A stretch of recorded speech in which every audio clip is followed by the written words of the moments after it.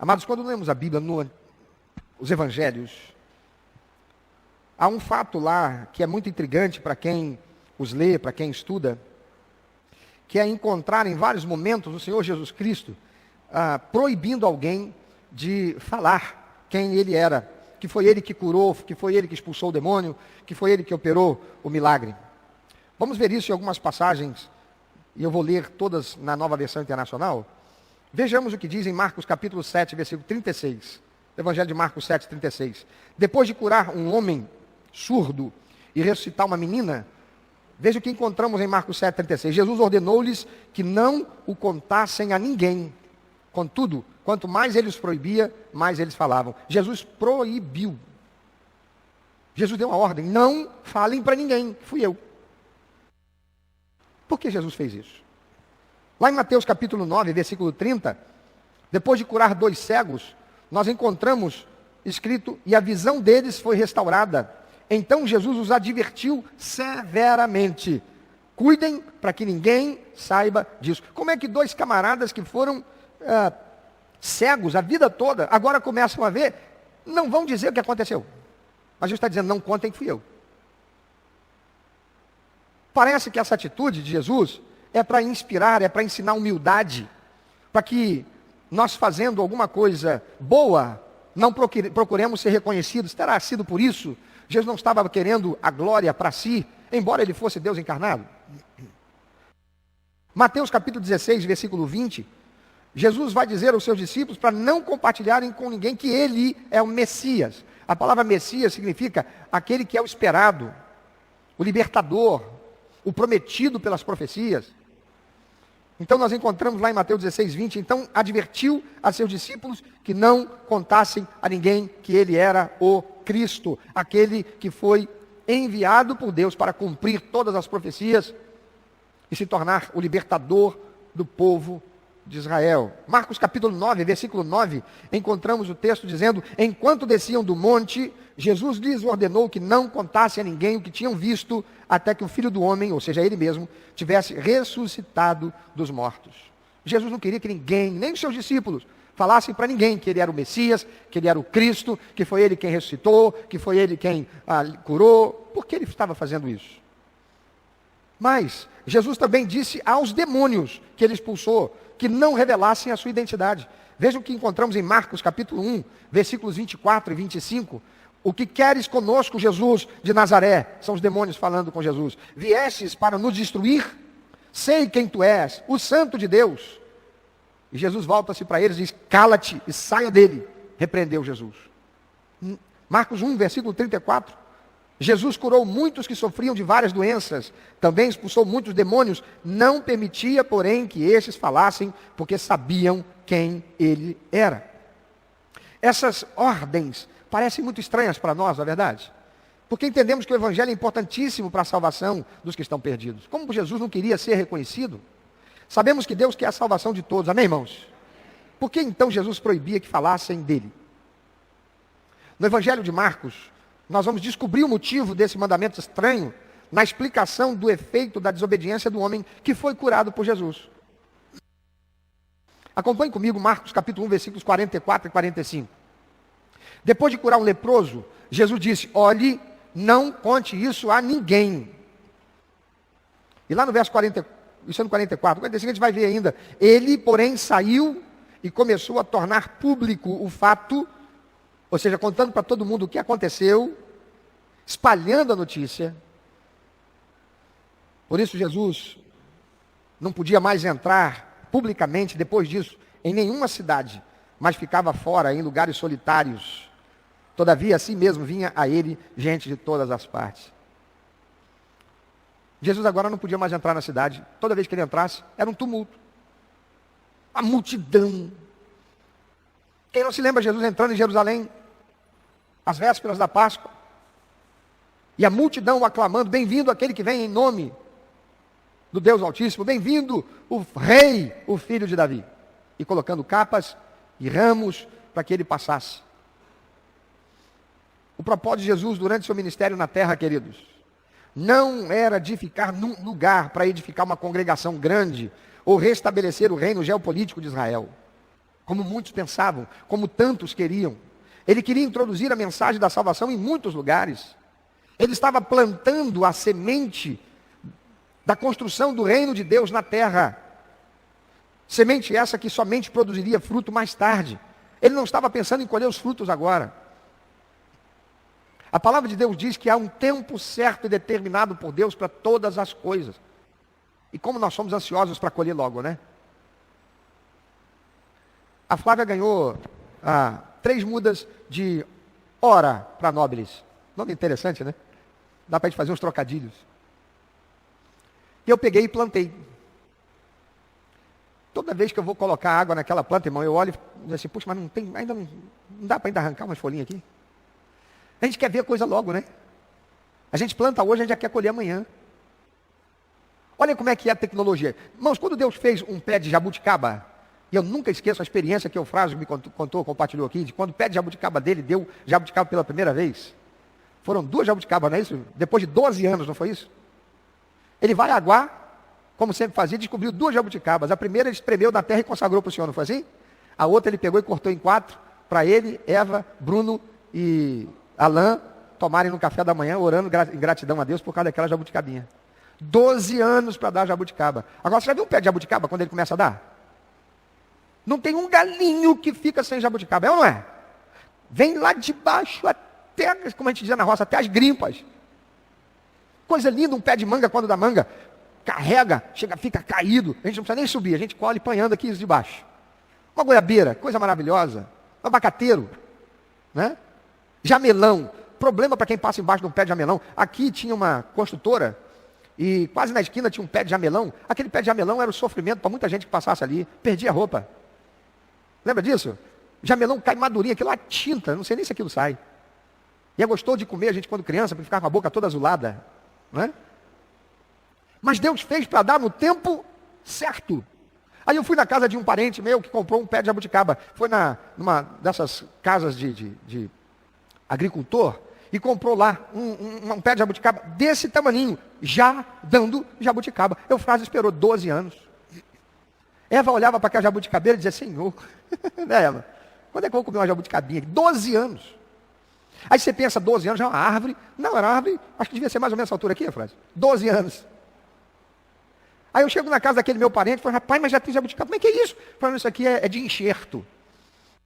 O que significa isso? Foi manipulado pelo homem. Isso daqui é produto de uma manipulação genética feita pelo homem para dar rápido. A gente quer tudo rápido.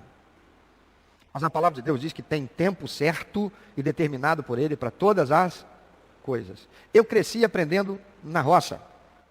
As coisas como a gente vê muita gente lá no Antigo Testamento aprendendo na prática. A criança costuma aprender na prática. O pai diz para o filho assim, não faz porque dá errado. O filho só aprende depois que ele faz e dá errado. É assim ou não é? Via de regra. Não põe a mão aí que você se queima. Queimar? O que é queimar? Aí a curiosidade faz botar a mão. Colocou a mão, queima, já era. Aprendeu na prática. Podia ter ouvido o pai não fazer. Mas é essa natureza, essa inclinação errada que a gente tem, que vem do pecado. E eu aprendi, apressado, come cru quente e desce queimando. Mas quando mamãe fazia aquele mingau, no inverno, que o frio era de rachar lá em Talva, porque Talva é assim, verão é panela de pressão, inverno é freezer. Muita pedra, pressionado por morros cheios de pura pedra, muito frio. Mamãe quando fazia aquele mingau, falou, deixa esfriar. Aí a gente ia lá e queimava a boca. E você pensa que na primeira experiência que queimou a boca, na segunda não teve pressa para botar? Queimava de novo. Até que um dia minha avó virou para mim e disse assim, filho, faz assim não, você vai queimar a boca. Come pelas beiradinhas. Aí no começo pegava a colher e vinha raspando aquela beiradinha. Estava em contato com o prato, esfiava primeiro, né? De cima. Aí era aquela coisinha, eu olhava na colher, tão pouquinho, eu botava na boca. Aí vinha a vontade de comer mais e metia a colher mais fundo. Quando colocava, queimava. Apressado é assim, a gente é assim. Não é que a gente é assim, a gente desenvolve isso. Vem dessa natureza caída, perdida, influenciada pelo pecado dos nossos pais, Adão e Eva. Que está impregnada nas informações genéticas que nós recebemos, epigenéticas que nós recebemos. Jesus não era assim porque ele era perfeito. Ele não foi gerado com a influência caída do homem. Foi gerado de Deus, num ventre imaculado. Jesus, ele estava plantando as sementes do cristianismo, do reino de Deus, que seria espalhado por toda a terra. E ele sabia que tinha um tempo certo, determinado. Quando aquele homem curado da lepra desobedeceu a palavra de Jesus, o que ele fez foi atrapalhar o trabalho do Senhor. A constante presença das multidões tirou a liberdade de Jesus entrar na cidade. No capítulo 2 de Marcos, o relato diz que quando Jesus entrou em Cafarnaum, não houve espaço suficiente na casa em que ele estava para receber as pessoas interessadas em ouvi-la, que os amigos de um homem, quando foram até Jesus, não encontraram espaço, passagem, mesmo carregando o seu amigo numa maca, ele que era impossibilitado de andar. Subiram no telhado da casa, tiraram as telhas, fizeram o culto daquele homem descer onde Jesus estava. Tanta gente que estava naquela casa e ao redor, que eles não conseguiram sequer chegar dentro da casa. Não era o tempo oportuno de Jesus. Jesus estava tentando esconder o fato de que ele era o Messias, não porque ele tivesse medo da autoridade local, mas porque ele estava buscando atrasar os eventos da sua morte. Ele não podia permitir que o carro passasse na frente dos bois. Ele sabia que era necessário que ele fosse preso, que ele fosse morto, que ele morresse inocentemente, que ele pagasse o preço de sangue para a remissão de todo aquele que nele crê, mas tinha que acontecer no tempo certo, como foi determinado por Deus, como foi profetizado pelos profetas. Ele sabia que o momento tinha que ser perfeito, os eventos registrados eram cedo demais. Vejamos João capítulo 7, versículo 6, o que diz. Então Jesus lhes disse: para mim ainda não chegou o tempo certo. Para vocês, qualquer tempo é certo. É ou não é? Para a gente é hoje. Às vezes eu brinco quando alguém fala de alguma coisa: pastor, mas o senhor precisa para quando? Foi para ontem, ou seja, já está pronto? A gente é assim, né? Por esse motivo, quando Jesus está perto da sua morte, é que ele começa a revelar que de fato ele é o Messias. Veja Mateus 26, 63 e 64. Jesus permaneceu em silêncio, o sumo sacerdote lhe disse: exijo que você jure pelo Deus vivo. Se você é o Cristo, o Filho de Deus, diga-nos. E Jesus responde: tu mesmo o disseste. Mas eu digo a todos vós, chegará o dia em que vereis o Filho do Homem assentado à direita do Poderoso e vindo sobre as nuvens do céu. João 12, 23, Jesus respondeu: chegou a hora de ser glorificado o Filho do Homem. Em outras circunstâncias, Jesus fazia diferente, mas agora, já detido, já preso, já sendo confrontado, já às margens do cumprimento da sua missão, ele se declara: eu sou o Messias, sou eu. Em outras circunstâncias, Jesus fazia diferente. Por exemplo, em Marcos 5, 19, quando ele expulsou os demônios de um Gesareno, ou Gadareno, como algumas versões, o homem queria acompanhar Jesus, mas Jesus não deixa. Jesus não deixa e Jesus faz o quê? Olha o que Jesus diz para ele: vá para casa, para a sua família, e anuncie-lhes quanto o Senhor fez por você e como teve misericórdia de você. Os Gesarenos ou Gadarenos tinham rejeitado Jesus. Quando Jesus desce ali, tem aquela manada de porcos, vem o gadareno endemoniado, Jesus expulsa os demônios que querem ir para os porcos para não sair daquela região. Jesus deixa que eles entrem nos porcos, os porcos se precipitam e morrem. E aí os gadarenos vêm e expulsam Jesus dali. Jesus não foi seguido por multidões naquela região, mas ele deixou uma pessoa para divulgar a notícia em toda a região de Decápolis. Nós vamos ver lá no livro de Atos, o Evangelho do Senhor, presente naquelas cidades, naquelas 10 cidades, Decápolis quer dizer isso, 10 policidade. E o Evangelho do Senhor lá presente, por causa do testemunho daquele que todos conheciam como o endemoniado, que mesmo preso com cadeias de ferro, as rompia. A maioria dos cristãos hoje, amados, sabe quem é o Messias. E sabem que o Messias é literalmente traduzido como ungido. Mas muitos não entendem o que isso significava para os judeus. O que significava para os judeus o título ungido? Ungido era uma referência ao ato cerimonial de ungir a cabeça do rei de Israel com óleo sagrado. Assim, se alguém afirma ser o Messias, alguém está reivindicando ser o legítimo rei de Israel, ou em termos mais simples, o rei dos judeus. Qual foi a acusação que Roma, através de Pilatos, mandou pregar naquela tabuleta sobre a cruz de Jesus: Rei dos Judeus. Nós estamos matando, com a pena de morte, esse criminoso que ousou se levantar como rei dos judeus. O problema com isso é que os judeus da região, especialmente na Judéia e na Galiléia, eram súditos do imperador romano, e somente ele e o senado romano poderiam coroar alguém como rei dos judeus, porque os judeus tinham um rei. Herodes estava lá, era um rei fantoche, estabelecido por Roma. Qualquer outra pessoa que reivindicava esse título estava se rebelando contra o Império Romano, e os romanos não gostavam quando as pessoas se rebelavam. Portanto, alegar que você era o Messias era um crime contra o Estado, uma ofensa capital, pena de morte. Qualquer um que alegasse ser o Messias, ou mesmo permitisse que outros o chamassem de Messias, estava sujeito a ser preso e morto. E os romanos executaram Jesus sob essa acusação. Está lá em Marcos 15, 26. Rei dos judeus.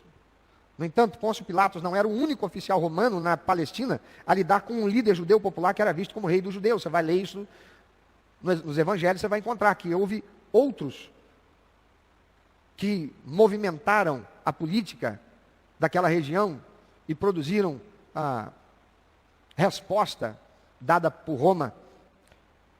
Tanto antes como depois de Jesus, houve vários líderes judeus populares, quase todos do campesinato, ou seja, que eram camponeses, que nas palavras de Flávio Josefo, grande historiador judeu, reivindicaram o reino, a coroa, ou foram proclamados rei por seus seguidores.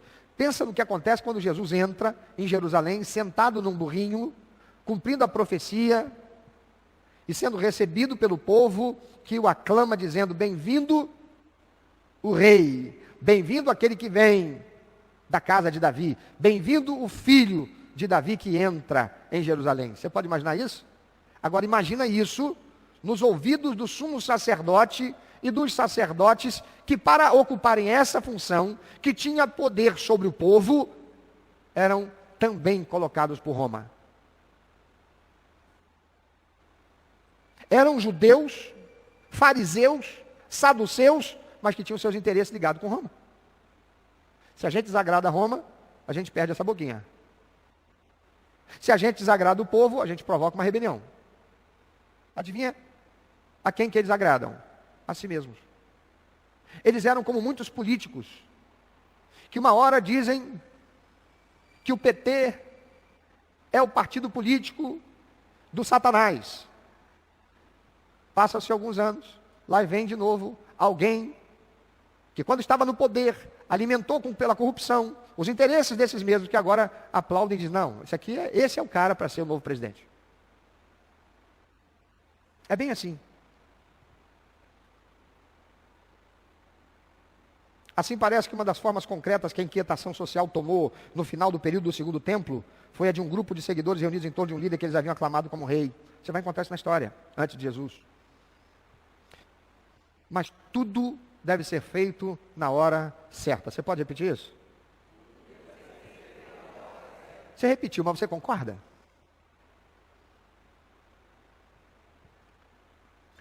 Tenta fazer um pão, coloca o fermento, daqui a meia hora você já cansou de esperar.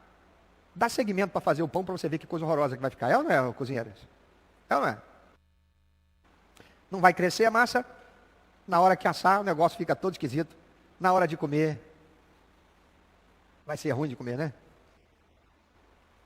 Tudo deve ser na hora certa.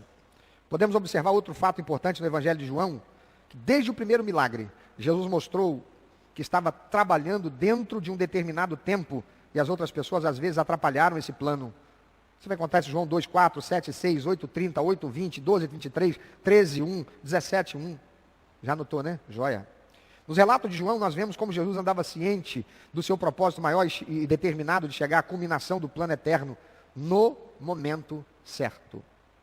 Por favor, olha para os olhos verdes, azuis, castanhos, negros, pretos, se você preferir, de quem está do teu lado e diz assim: deve ser tudo no momento certo.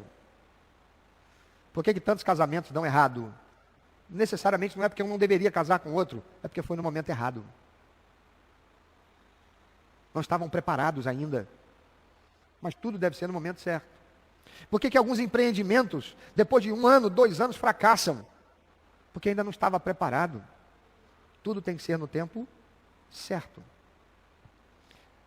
Jesus veio para ser preso, mas não antes da hora determinada pelo Pai. Na hora certa, Jesus se entregou voluntariamente às autoridades que vieram prendê-lo. Em João capítulo 8, nós encontramos Jesus ensinando no templo de Jerusalém, e ele confronta os fariseus e religiosos fundamentalistas que ficavam revoltados com ele. E no versículo 20, depois que os judeus que estão lá ficam revoltados, e não só os sacerdotes, não, os judeus que estavam ali, fundamentalistas, arraigados à tradição religiosa, eles se revoltam, pegam em pedras para apedrejar Jesus, e no verso 20 diz, e ninguém o prendeu, porque ainda não era chegado a sua hora. No verso 59, encontramos religiosos tão enraivecidos com a pregação de Jesus, dizendo ser o Filho de Deus, e que já existia antes de Abraão, que eles tentam apedrejá-lo, mas ele não permitiu, fugindo deles. Ele sai, fugindo para não ser apedrejado. Jesus veio para morrer na hora certa e da maneira pré-determinada. Ele deu a vida voluntariamente, derramou seu sangue na cruz do Calvário. Ele não foi preso meramente, ele se deixou ser preso. Jesus veio ao mundo com uma missão. Ele controlava seu próprio trabalho e sabia onde e quando falar. Ele mandou outros pregarem ou se calarem conforme o seu plano. E Jesus, por sua vez, trabalhou dentro do plano dado pelo Pai. João 17:4. Encontramos Jesus dizendo, eu te glorifiquei na terra, completando a obra que me deste para fazer. Você teria condição, meu irmão, minha irmã, de hoje dizer assim, Senhor, isso daqui eu completei como o Senhor me deu para fazer? O ministério que você recebeu da parte do Senhor, você pode dizer para Deus, Senhor, estou fazendo dentro do cronograma, com todas as minhas forças, com toda a capacidade que o Senhor me deu, como o Senhor me deu para fazer?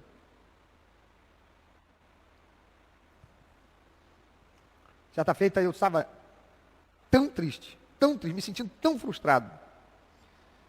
Porque algumas coisas que eu queria ver acontecendo, eu não via acontecendo.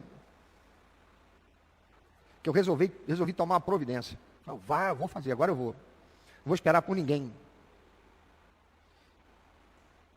E aí Deus usa alguém para dizer para mim assim, quem é o dono da igreja?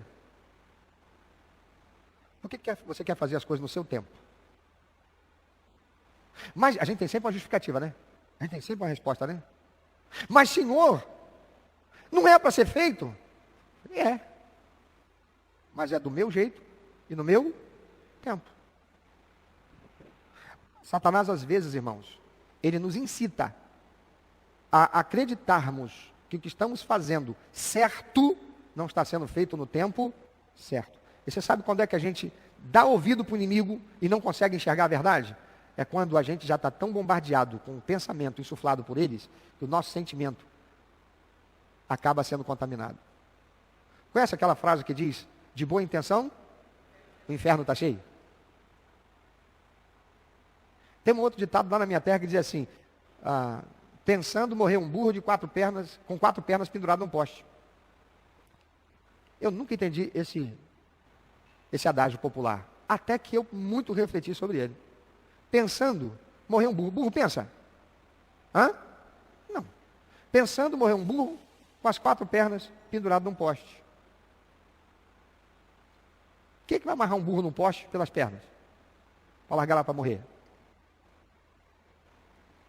É que de tanto ficar pensando, a gente acaba sem exercer a nossa inteligência. E quando não exercendo a inteligência que Deus nos deu, tudo morre. Morrem nossos projetos, morrem nossos sonhos, e depois a gente ainda se autoacusa de burro. Que burro que eu fui. Quem aqui já se chamou de burro? Levanta a mão aí.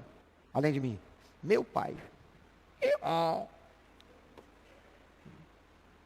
Quantas vezes eu me ouvia fazendo comigo mesmo. Pensando morrer um burro, 4 pernas pendurado no poste. Tem gente que também não faz quando devia fazer. Pensa. Não, peraí, tem que pensar mais um pouco. Já pensou uma semana, já devia ter feito. Não, eu ainda não estou pronto, eu ainda tenho que pensar mais um pouco. Sabe o que significa isso? Não está ouvindo Deus. E por que não está ouvindo Deus? Tem Bíblia, mas ela está onde? É feriado da carne, chamado carnaval. Está onde? É feriado do santo não sei das quantas. Está onde? Feliz da vida porque tem um feriado para passear, descansar, divertir com a minha família. Fiz muito isso. Até o dia que eu fui desperto. Pela consciência e a palavra de Deus. Você está se aproveitando de um feriado que é construído, foi criado em louvor a uma entidade que não é Deus? Você está se alegrando por causa disso? Você está usufruindo disso? Você não está fazendo nada contra isso? Você não está fazendo nada para alertar aqueles que estão envolvidos com isso? Você está se divertindo, você está viajando, está aproveitando isso? A palavra de Deus diz que não fazer o que eu sei que devo fazer também é pecado, sim ou não? Mas às vezes a gente se faz de surdo, cego e ignorante. Não sei. Não quero saber, nem me fala, que é porque eu não quero ter problema de consciência. E hoje? Hoje nós vivemos num mundo que precisa saber de Jesus Cristo. Jesus não deixou que falassem quem ele era, porque ele não podia permitir que Satanás colocasse as coisas fora do tempo. Quando Satanás usa a boca de demônios para revelar quem Jesus é, está querendo atrapalhar os planos de Deus, usando as circunstâncias e a situação. E Jesus cala a boca dele, não pode falar não. Quando aqueles que foram alcançados pela graça, pela bênção, pelo milagre, querem, Jesus diz, não fala não chegou a hora. Meu irmão, minha irmã, você sabe guardar segredo? Alguém chega para você, desabafa, conta para você algo muito pessoal, particular. Aí você sai dali e vai contar para aquela pessoa que é da sua confiança, o que aquela pessoa contou para você. Não, isso não é fofoca. Eu estou falando aqui de uma pessoa que é da minha confiança, que também vai ter uma outra pessoa da confiança dela. Você sabe guardar com você? Para não cometer o pecado de maledicência? Jesus manda ficarem calados até o momento próprio, quando ele mesmo se revela. Mas e hoje? A gente precisa fazer isso? Olha que interessante que naquele tempo, as pessoas recebiam milagre, elas queriam sair correndo para contar para as outras pessoas, e fizeram isso. E Jesus teve que sair das cidades e ir para o campo, e as pessoas iam para o campo para ficar onde Jesus estava, para ouvi-lo e para receberem também seus milagres. E hoje, as pessoas recebem o milagre. Qual é o maior milagre que uma pessoa pode receber, irmão? Quem aqui, melhor dizendo, quem aqui já recebeu um milagre de Deus? Levanta bem alto o seu braço. Só quem recebeu um milagre de Deus. Qual é o milagre que você recebeu? A salvação. Porque Deus amou você e a mim de tal maneira que mandou o seu próprio Filho vir a esse planeta, encarnar como um ser humano, ser tentado em tudo, não pecar, e morrer a morte vicária, como um bandido, como um criminoso, inimigo de Roma, pagando o preço da remissão dos nossos pecados. Você recebeu esse milagre. Para quem você está contando? Você tem contado para alguém? Para quantas pessoas você já contou desse milagre que você recebeu?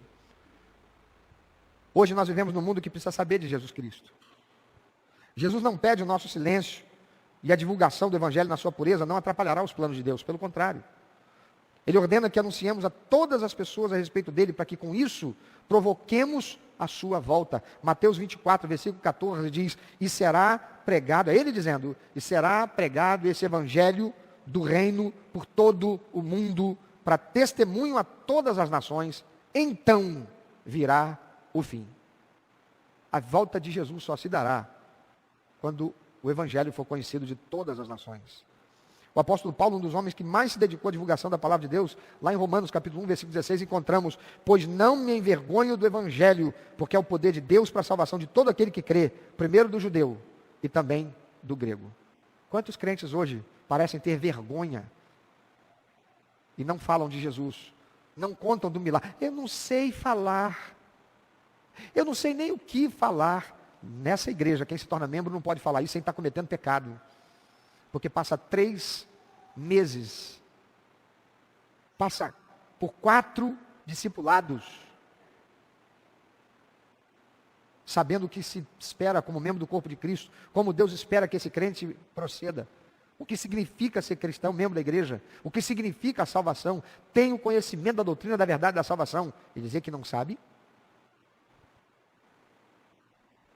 Em 1 Timóteo capítulo 2, versículo 3 a 6, Paulo acrescentou: isso é bom e agradável perante Deus, nosso Salvador, que deseja que todos os homens sejam salvos e cheguem ao conhecimento da verdade. Pois há um só Deus e um só mediador entre Deus e os homens, o homem Cristo Jesus, o qual se entregou a si mesmo como resgate por todos. Esse foi o testemunho dado em seu próprio tempo. Meu irmão, minha irmã, se você teve o privilégio de ouvir de Jesus Cristo e o recebeu como Salvador e Senhor, então é sua responsabilidade, minha, o falarmos a todas as pessoas, todas elas, a respeito da salvação e a respeito do que Jesus fez. Falar aos outros sobre o Evangelho da salvação é nossa obrigação pela ordenança que Ele mesmo deixou na grande comissão, lá em Mateus 28, 19 e 20, quando está escrito: ide, ou vão, façam discípulos de todas as nações, batizando-as em nome do Pai, do Filho, do Espírito Santo, ensinando-as a obedecer a tudo que ordenei a vocês, e eu estarei sempre com vocês até o fim dos tempos. Sabe por que tem crente que se sente sozinho? Meu Deus, mas cadê o Senhor? Porque não cumpre a ordenança. Porque é domingo de carnaval, está numa praia aí, feriado. Por que não deixou para viajar na segunda? Por que está aproveitando um feriado em homenagem e louvor ao capeta, ao diabo, chamado pela sociedade de Momo, Deus da licenciosidade, da perniciosidade, da promiscuidade, do adultério, do sexo fora do casamento, das crianças nascidas sem pai, dos filhos do carnaval. Falar aos outros sobre o Evangelho da salvação é nossa obrigação, por dizermos que fomos salvos e remidos pelo sangue de Jesus, que pagou o preço naquela cruz do Calvário que eu não mereci, estava condenado e morto para Deus para viver a eternidade separado dele no inferno. Mas estou vivendo confortavelmente como um crente salvo, que não faz diferença. Não sou dizimista, não honro a Deus com a minha adoração sincera, não falo de Jesus. Meu grupo pequeno não cresce porque eu não levo ninguém, não convido ninguém, não me esforço para levar ninguém. Quando falo para alguém e alguém demonstra interesse por Jesus, eu mando procurar o pastor. Eu mando procurar meu PPC. E assim vou. E se a igreja não cresce, é porque o pastor não é bom pregador. É porque ele não tem estratégias de evangelismo.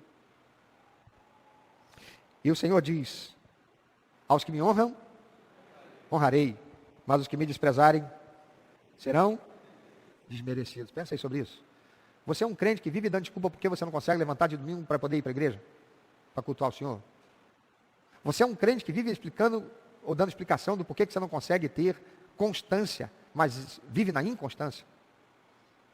Você é um crente que vive dizendo que você não sabe o que falar para dar testemunho do Evangelho da salvação, para levar alguém à salvação. As pessoas olham para você e identificam que você é um cristão pela tua maneira de falar, pela tua maneira de se vestir, pela tua maneira de se comportar, pelo testemunho que você dá, pelo que olham e ouvem do que vem da tua casa.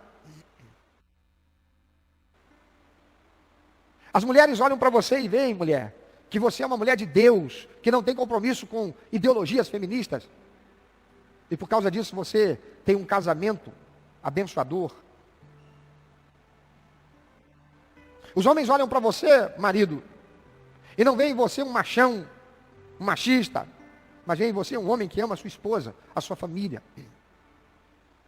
Que no dia de sábado não passa o sábado no futebol e no churrasco, mas pega a esposa, se você pode, leva ela para dar um passeio, seus filhos, ou fica com eles em casa, assistindo um filme, compartilhando.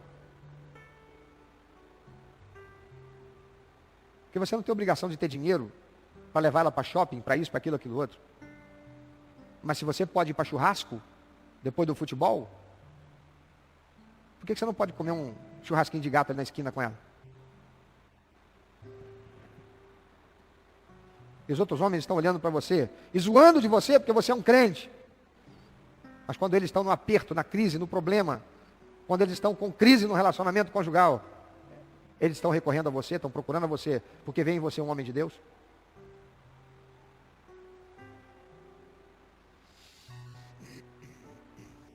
Você tem falado de Jesus para quem? Porque hoje, ficar em silêncio a respeito de Jesus, Tiago diz, é pecado. Porque aquele que sabe o bem que deve fazer e não faz, comete pecado. Você tem talentos, você tem dons, estão a serviço de Deus? Ou você tem explicação do porquê você não serve a Deus? Você tem capacitação, você tem talento. A igreja tem obra. Você já colocou o teu talento a serviço de Deus para contribuir com a obra? Ou você tem explicação do porquê você não pode? Ou melhor, do porquê você não faz? Eu hoje vindo para cá, passei, mais uma vez, tem que passar ali, em frente ao Rio Centro, e eu mostrei para a Beatriz. Olha lá, Bia, essa multidão aí passou a noite pulando, dançando, usando drogas e fazendo uma porção de coisa que ofende a Deus, acreditando estarem aproveitando da vida. Mas no momento da crise, da aflição, do desespero, elas clamarão por Deus e Deus não as ouvirá para atender. Sabe por quê? Porque elas vivem uma vida que desonra a Deus. Quantos crentes não estão envolvidos em nada disso, mas estão omissos quanto àquilo que deveriam estar fazendo? Você faz parte de um grupo pequeno, teu grupo pequeno já se multiplicou quantas vezes porque você trabalhou para isso? Pensa sobre isso, meu irmão, minha irmã.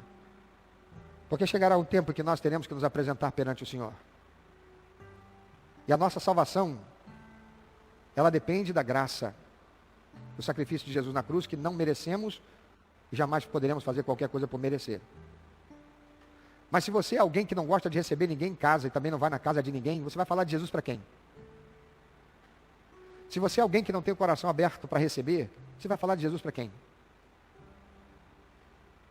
E que cristianismo será esse que você vai falar? Procura uma igreja? Mas você, tua casa, teu coração não são abertos para receber? Para apacentar? Para cuidar? Para nutrir? Que resposta você dá a Deus? Da palavra que Ele transmite nessa manhã, através desse seu servo.